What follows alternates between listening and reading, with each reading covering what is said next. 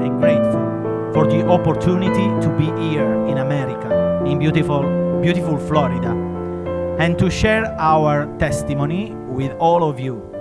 It's a joy for us to be welcomed with such generosity and warmth.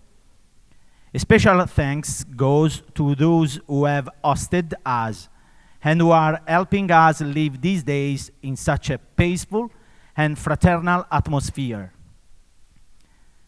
I must apologize for my English. Fortunately for you, my presentation will be in Italian. And it will be translated by real language experts. My English is not perfect yet, and maybe it never will be. Thank you again for your hospitality and for giving us this precious opportunity to be with you. May the Lord bless our time together. Bien, el recorrido que intentaré compartir con ustedes esta noche parte de una pregunta que me hice muy brevemente antes de encontrarme aquí con ustedes. Me pregunté de qué manera se podría integrar el tema de la unidad, que es el tema central de este congreso, en el contexto de este encuentro. Decía, el punto de partida fundamental, el lugar inicial desde el cual deseo iniciar este recorrido, este viaje de ideas y reflexiones que intentaré compartir con todos ustedes en esta tarde. Es una pregunta importante que me hice antes de estar aquí sentado entre ustedes en este momento. La pregunta fundamental es cómo es posible unir el tema de la unidad, que es el tema principal de este congreso, con la experiencia personal que desde hace ya 4 años me encuentro viviendo junto a mis queridos feligreses dentro de la parroquia de Santa María Greca, como acogida de todos los peregrinos que de todas partes del mundo cada día llegan para rezar, visitar la tumba de la sierva de Dios, Luisa Picarreta.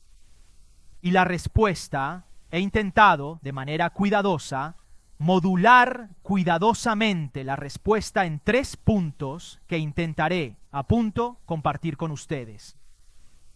En Italia tenemos una expresión, nosotros decimos para decir, nos preocupamos antes para no recibir críticas después. Decimos curarse en salud. Así que yo hoy me curo en salud porque en inglés cover itself. Me cubro, porque estoy aquí hoy no como un experto de la espiritualidad de la divina voluntad, como lo han sido quienes han subido a este escenario antes que yo y los que vendrán después, sino que estoy aquí como un sacerdote en camino, que por un regalo de la providencia divina, un don de gracia, se encuentra abrazando esta espiritualidad. Así que les ruego que acojan este testimonio mío de una manera muy sencilla y con el corazón abierto, como estoy convencido de que ustedes saben hacer. Entonces, como decía, este recorrido se desarrolla a través de 3 puntos. El primero, la hospitalidad, la acogida como camino hacia la unidad. ¿Qué significa acoger? Acoger significa hacer espacio al otro. En la Biblia, y ahora en un momento lo veremos, la hospitalidad es siempre un movimiento hacia la unidad. La experiencia, por ejemplo, de Abraham cuando acoge en Mambré a aquellos extranjeros es un icono de la unidad entre el cielo y la tierra, entre Dios y el hombre. En el Nuevo Testamento, Jesús, cuando acoge a los pecadores, recompone la humanidad dividida, reconciliándola con el amor del Padre. En la segunda parte de mi intervención, intentaré compartir con todos ustedes el importante tema de la unidad, que se presenta como un valioso fruto de la acogida generosa de Dios en nuestras vidas. En el Nuevo Testamento, la unidad no es fruto del esfuerzo humano, sino que es un don de gracia, un don que nace de la acogida del Espíritu Santo. Y aquí se inserta la experiencia de la vida de Luisa Picarreta. Su espiritualidad de la divina voluntad es una forma de hospitalidad radical. Dios es acogido de forma estable en el corazón de Luisa. Y esta acogida total genera una unidad perfecta entre la voluntad divina y la voluntad humana, una comunión que refleja la unidad misma de la Trinidad. En otras palabras, en el segundo punto de reflexión descubriremos que acoger la divina voluntad es convertirse en una sola cosa con Dios y por tanto en Él también con los demás. En la tercera y última parte compartiré la acogida como camino hacia la comunión eclesial. En la vida de Luisa, la hospitalidad no es solo espiritual, sino también eclesial y humana. Su casa abierta, la escucha, el consuelo, todo era signo de unidad en la caridad. Hoy, las realidades que se inspiran en ella, la parroquia, la asociación, la casa museo, continúan esta misión. Son signos de unidad que se construye en la acogida recíproca, en el servicio y en el compartir. Bien, en la primera parte decíamos la hospitalidad como camino de santidad. El tema de la acogida atraviesa toda la Sagrada Escritura como un hilo conductor que une la revelación de Dios a la experiencia concreta del pueblo de Israel y de la Iglesia. En la Biblia, la hospitalidad no es simplemente una virtud social, sino una actitud profundamente teológica. Se basa en el hecho de que Dios mismo acoge al hombre, lo llama, lo hospeda en su alianza, lo hace partícipe de su vida. El Antiguo Testamento subraya con fuerza el deber de la hospitalidad, recordando que Israel fue extranjero en Egipto. Este pasado se convierte en la razón teológica por la que el pueblo debe ser acogedor. Por ejemplo, en el libro del Éxodo se lee: no maltratarás al extranjero ni lo oprimirás, porque extranjeros fuisteis vosotros en la tierra de Egipto. O en el Deuteronomio: amaréis pues al extranjero, porque también vosotros fuisteis extranjeros.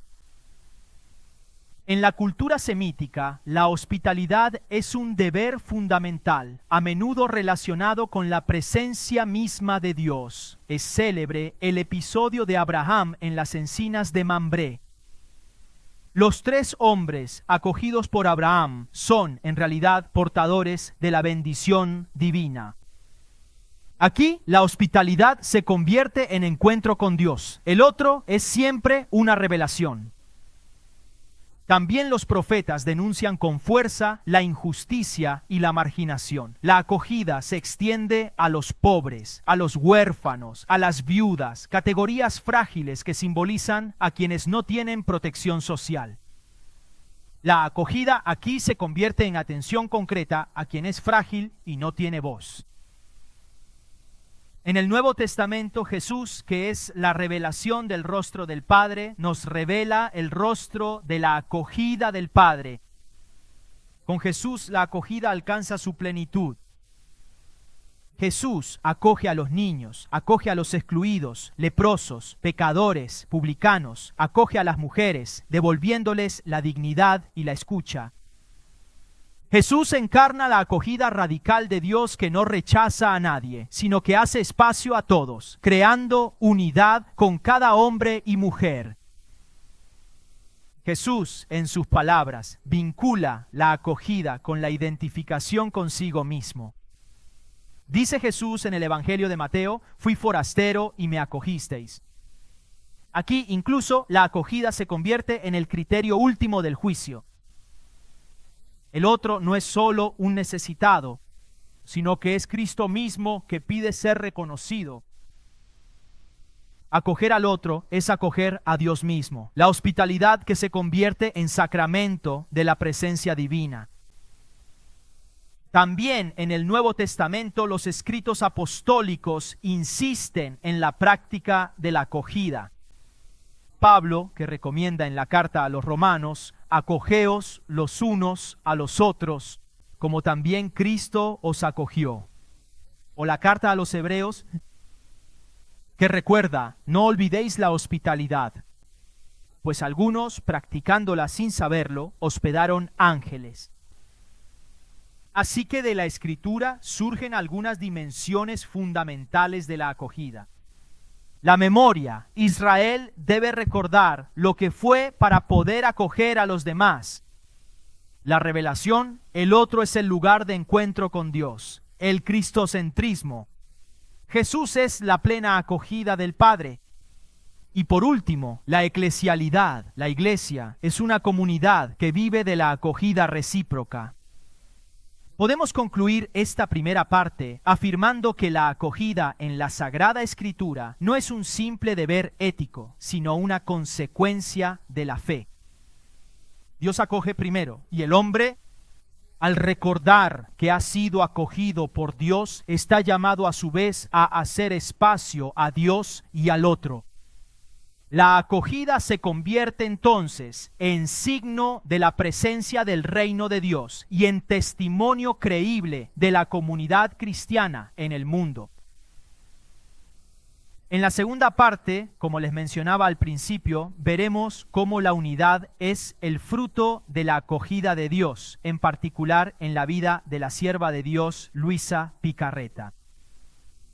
Omito los datos biográficos de la sierva de Dios porque imagino que todos nosotros conocemos, ya sea a grandes rasgos o de manera profunda, todos conocemos la vida de Luisa Picarreta.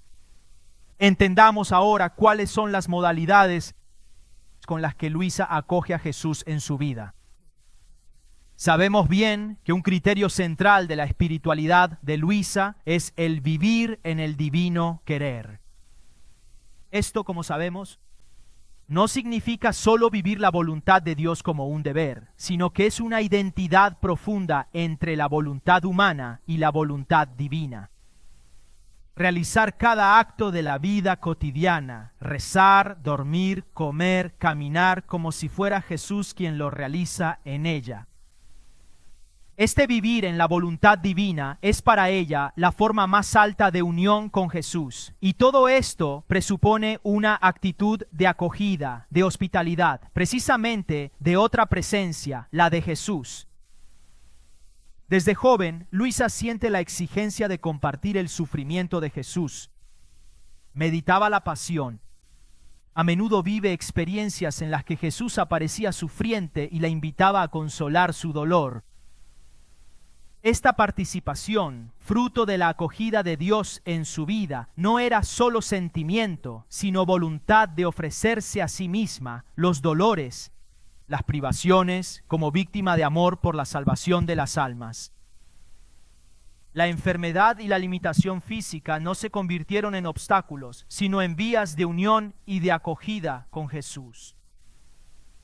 Sentada o en la cama, inmovilizada, Luisa no se retiraba de su relación con Cristo, sino que la intensificaba en la oración, en la contemplación, en los diálogos místicos. Incluso en el silencio, en la ausencia sensible de consolación, en el dolor, Luisa permaneció fiel, ofreciendo todo como medio para unir su alma al amor redentor de Cristo. Luisa no buscaba la comodidad espiritual. Luisa aceptó unirse a Jesús en una ofrenda continua de sí misma, comprendiendo que el sufrimiento es participación en la redención cuando es acogido con amor en unión con Jesús. Se definió a sí misma como víctima voluntaria. Esto implica que el sufrimiento no era impuesto pasivamente sufrido, sino asumido, es decir, acogido conscientemente como instrumento de amor por los demás, por el mundo, para expiar, para reparar. Otra vía a través de la cual Luisa ha unido su vida, acogiendo a Jesús en su existencia, ha sido sin duda la centralidad de la Eucaristía, su pasión predominante. Luisa buscaba participar en la celebración eucarística cada vez que le era posible, nutriéndose espiritualmente de Cristo. Incluso cuando la participación física era imposible, permanecía espiritualmente unida al sacrificio eucarístico, contemplando la humanidad de Cristo, su pasión, la gracia que de ella fluye. Luisa no miraba a Jesús como una figura a venerar solo externamente, sino como un misterio con el cual vivir interiormente, llegando a conformarse a Él, en la voluntad, en los dolores, en el amor. Este era el reflejo de la unión con Cristo como modelo supremo. El mensaje de santidad que trae consigo la vida de Luisa. Y hoy es hermoso poder compartir este pensamiento en el día en que todos recordamos nuestra llamada, la llamada universal a la santidad. El mensaje de santidad que trae consigo la vida de Luisa es un mensaje que todos podemos acoger.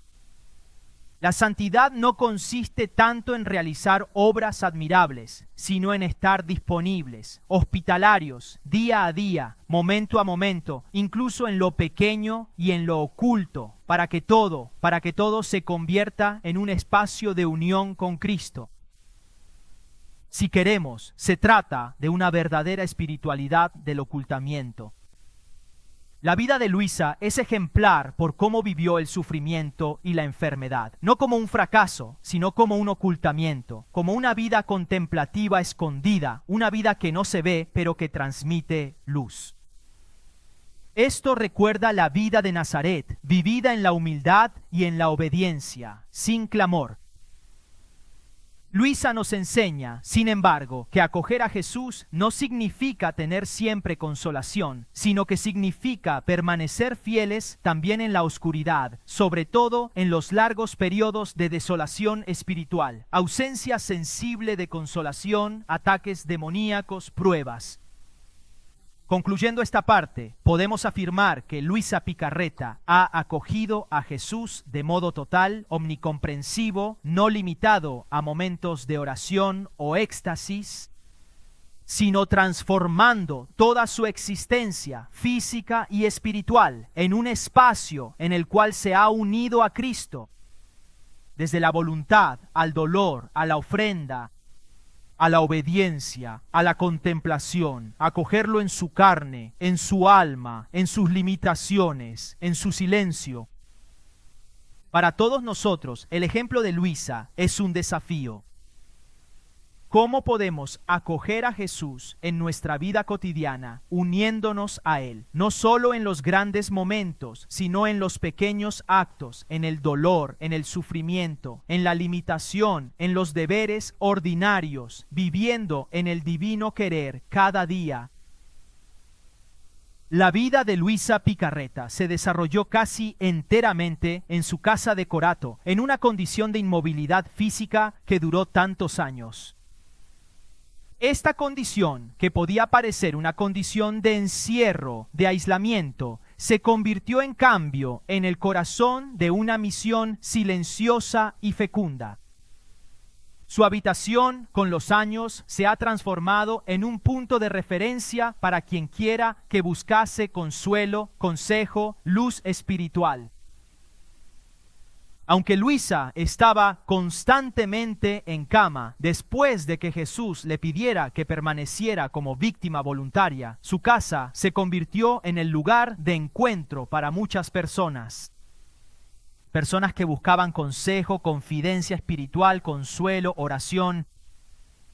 La biografía de Luisa narra que numerosas muchachas que querían aprender el bordado venían a su casa, y esta era ocasión no solo para aprender un oficio, sino que se convertía en una escuela espiritual, de vida espiritual se convertía. Luisa escuchaba las confidencias de las personas que se dirigían a ella con el corazón atribulado, confortaba con su palabra, estaba lista para recibirlos, aunque su condición física fuera limitada. No asumía nunca el rol de profetisa en sus encuentros, no ostentaba sus experiencias místicas, sino que mantenía simplicidad y reserva, aún en la evidencia de su vida extraordinaria. Su cuerpo sufriente no le impedía estar presente en la medida de sus límites como referente espiritual para los demás. Su acogida no consistía tanto en proporcionar bienes materiales cuanto en crear una atmósfera de paz espiritual, de consolación, de palabra que alienta, de presencia aún en el silencio. Las personas frágiles, sufrientes, podían ser aquellas que se identificaban con ella o venían a ella para recibir una bendición, para rezar, para encontrar apoyo espiritual. San Aníbal María di Francia, que frecuentaba la casa de Luisa, describe su vida como marcada por sufrimientos y éxtasis dolorosos, pero que de día en su casa, sentada en la cama, actuaba casi como una persona normal. Hablaba, recibía a algunas amigas, era jovial, acogedora con quien la visitaba, pero sin dar la impresión de que ostentara algo extraordinario. Un testigo relata: esta esposa de Jesús crucificado, medio sentada en la cama, serena, jovial, nada traslucía de extraordinario. Escuchaba benignamente a quien acudía a ella y sabía confortar los corazones atribulados. Muchos testigos afirmaban que bastaba entrar en su habitación para respirar un clima diferente de paz y de intimidad con Dios. Era como si la presencia de Jesús que Luisa acogía en su corazón se derramara también sobre quien la encontraba. Aunque Luisa no podía moverse, Luisa hizo de su casa una verdadera cátedra y hospital espiritual. Cátedra, porque muchos aprendían de ella a vivir en la fe, en el abandono confiado a Dios. Un hospital espiritual, porque muchos llevaban heridas interiores y salían restaurados, pacificados, fortalecidos. Su vida testimonia que la acogida no depende de los espacios o de las posibilidades materiales, sino de la apertura del corazón. La casa de Luisa fue de verdad una puerta abierta a Dios, donde todos podían sentirse esperados y amados.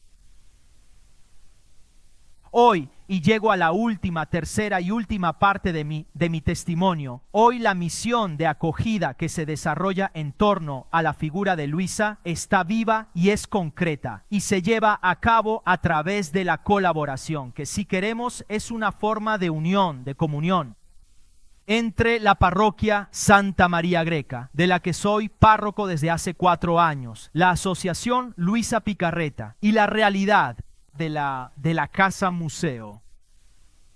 Esta acogida no es solo un homenaje al pasado, sino una verdadera prolongación de lo que Luisa fue en vida, una presencia silenciosa pero eficaz, disponibilidad al consuelo espiritual, apertura hacia quien busca consolación. Un encuentro con Dios en medio de la propia vida, incluso en las debilidades. He aquí como hoy esta misión se manifiesta concretamente. La parroquia de Santa María Greca, situada en el centro histórico de Corato, custodia la tumba de Luisa. Siendo un santuario parroquia y destino para fieles y peregrinos de diversas partes de Italia y del mundo, que acuden para rezar, para pedir intercesión, para meditar sobre la vida y el ejemplo de Luisa. El edificio mismo, la nave, la cripta, el lugar de la tumba, contribuyen a dar un sentido de sacralidad, de encuentro, de unión, de memoria. Quien entra siente la historia, la fe, el sufrimiento y la esperanza que la vida de Luisa ha encarnado. Esto hace de la parroquia no solo un lugar turístico, sino espiritual, en el que la acogida es ante todo escucha, oración, silencio. La asociación Hijos Pequeños de la Divina Voluntad tiene su sede en la casa de Luisa en Corato. Entre sus funciones está la de promover en el mundo la espiritualidad del vivir en el divino querer, difundiendo los escritos de Luisa, organizando eventos, congresos, momentos de oración y formación. La asociación se encarga de la acogida material y espiritual de los peregrinos. Se puede reservar una visita guiada, una peregrinación. Se dan indicaciones sobre horarios, lugar, el guía, la modalidad de la visita. La asociación permite reservas para visitas individuales o en grupo, de modo que el peregrino no se sienta perdido, sino acompañado en el camino espiritual. Esto es importante, sobre todo para las personas que vienen de lejos. Finalmente, la asociación promueve momentos de oración, retiros espirituales, celebraciones litúrgicas especiales que atraen a peregrinos. Por ejemplo, con motivo del aniversario de la partida, del nacimiento al cielo de Luisa, se organizan los llamados Días de Luz, con congresos sobre la espiritualidad del divino querer, momentos de encuentro con grupos internacionales. Por último, la Casa Museo, recientemente inaugurada. Hace pocos meses se inauguró la Casa Museo Luisa Picarreta, promovida por la asociación y en colaboración con la parroquia Santa María Greca, la región de Apulia y el ayuntamiento de Corato. Esta casa museo está concebida como un espacio en el que la memoria de Luisa, su vida, sus sufrimientos, sus escritos, los objetos personales, se convierte en testimonio visible para los visitantes.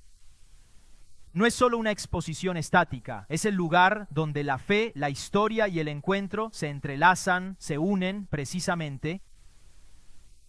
Durante la inauguración se subrayó que la Casa Museo está abierta al público con horarios en los que quien lo desee puede entrar y conocer mejor la vida y la herencia espiritual de Luisa, reflexionar y rezar.